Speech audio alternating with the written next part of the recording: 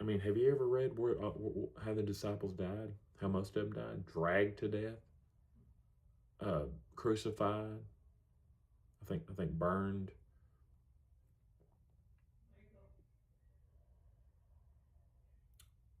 John the Baptist was beheaded. I'm not telling you trying to scare you. I'm telling you this because it is very difficult, but at the same time, it is worth it. And just because we are killed on this earth, we just get to go on and be in heaven. But the thing is, when you don't choose Christ, just like I said, you'll choose Satan. And then you'll be with the rest of them who are going to bust hell wide open. And I'm going to tell you right now, once you go to hell, there won't be any going back. Gnashing of teeth, fire, brimstone. If you've ever touched fire, if you've ever been burned, or if you've ever burned yourself on a stove,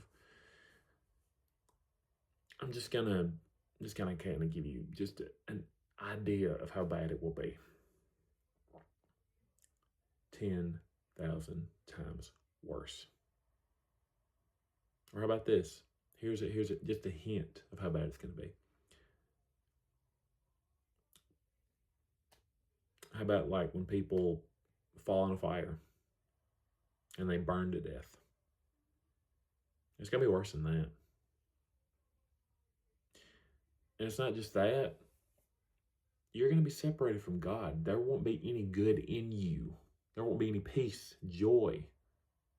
There will be no strength. You'll have chosen your fate. There won't be any going back.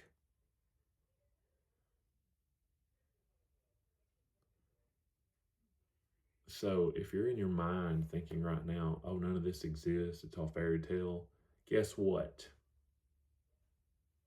You're about to get a rude awakening if you're going to continue to think that. Because there is so much evidence that the Bible is truth. And I'll give you one. Go to Revelation and see where it talks about the Tigris and Euphrates. Then go to Google and see and read about how the Tigris and Euphrates are disappearing or drying up. And if that's not enough, go to 1 Timothy chapter 3. Read that and you tell me that don't line up with what we've been going through in the past 10 years. There's a part in there also to where you know what, the Lord wants me to go there. I feel like the Lord wants me to go there, so I'm going to go there. I wasn't going to get into that, but I feel like that's what the Lord wants me to do, so I'm going to do it. As soon as I find Timothy. So here we are. First. Okay, my bad. It's always 2 Timothy. But know this, that in the last days perilous times will come, for men will be lovers of themselves. Have you not been seeing a lot of that in the past 10 years? Lovers of money. Boasters. Pride. Just proud of who they are and they don't want to change. Proud, there's that. Okay, boasting in all your stuff, all your possessions, all your fame, all that. That's what that means. Blasphemers. Lady Gaga's mocked God. There's another one I can't think of. Basically, countless artists have mocked God openly. Disobedient to parents. What was that newscast where kids were going in and stealing all sorts of things from a telephone store. What was that newscast where this city was overrun all these kids that were doing what they wanted to do because creation had literally gotten out of control, and that was around the time of COVID, I think, or after, something like that. Unthankful and holy. Here's a good example. People are nuts on the road. They don't care anymore. Haven't we fallen into such an unthankful creation, unthankful generation? Say it like that. Don't people act like they just don't get enough anymore? It's are people really nice anymore? Not too much. It's not like what it used to be.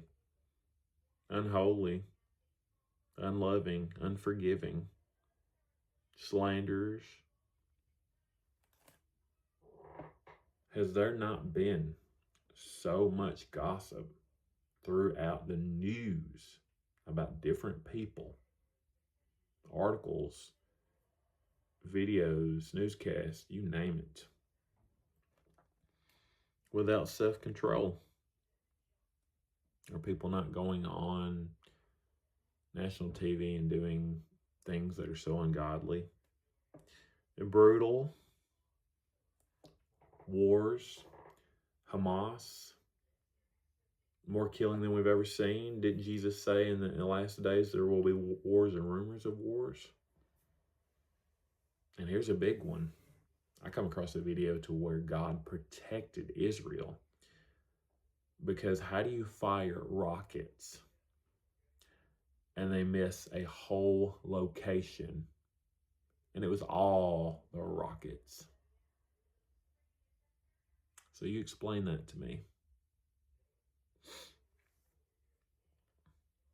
Despisers of good, traitors, headstrong, haughty, lovers of pleasure rather than lovers of God. Here's one. How big has OnlyFans got? I can't even have an Instagram because girls are sending me constant requests to follow them and go on their OnlyFans. And I've had to report or just block so many. Girls are making money doing OnlyFans. That's what that tells me right there.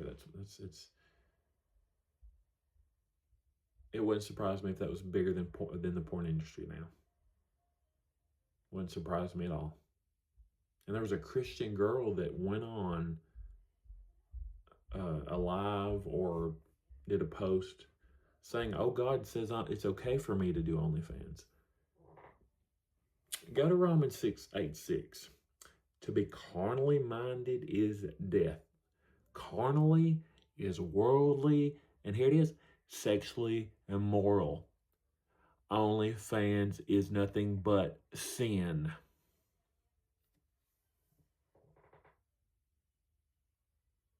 There's nothing good about it, and God's not okay with that. And if she dies in that, then hell is where she will go. You think God's happy with her right now? Absolutely not. I'm going to go ahead and tell you right now, God is not happy with his creation. But at the same time, Revelation does talk about, and I'm reading it now, to where this is going to happen, and it is. And there's still that one I'm trying to get to. Having a form of godliness, but denying its power, from such people turn away. False prophets. And I'm going to go ahead and say it.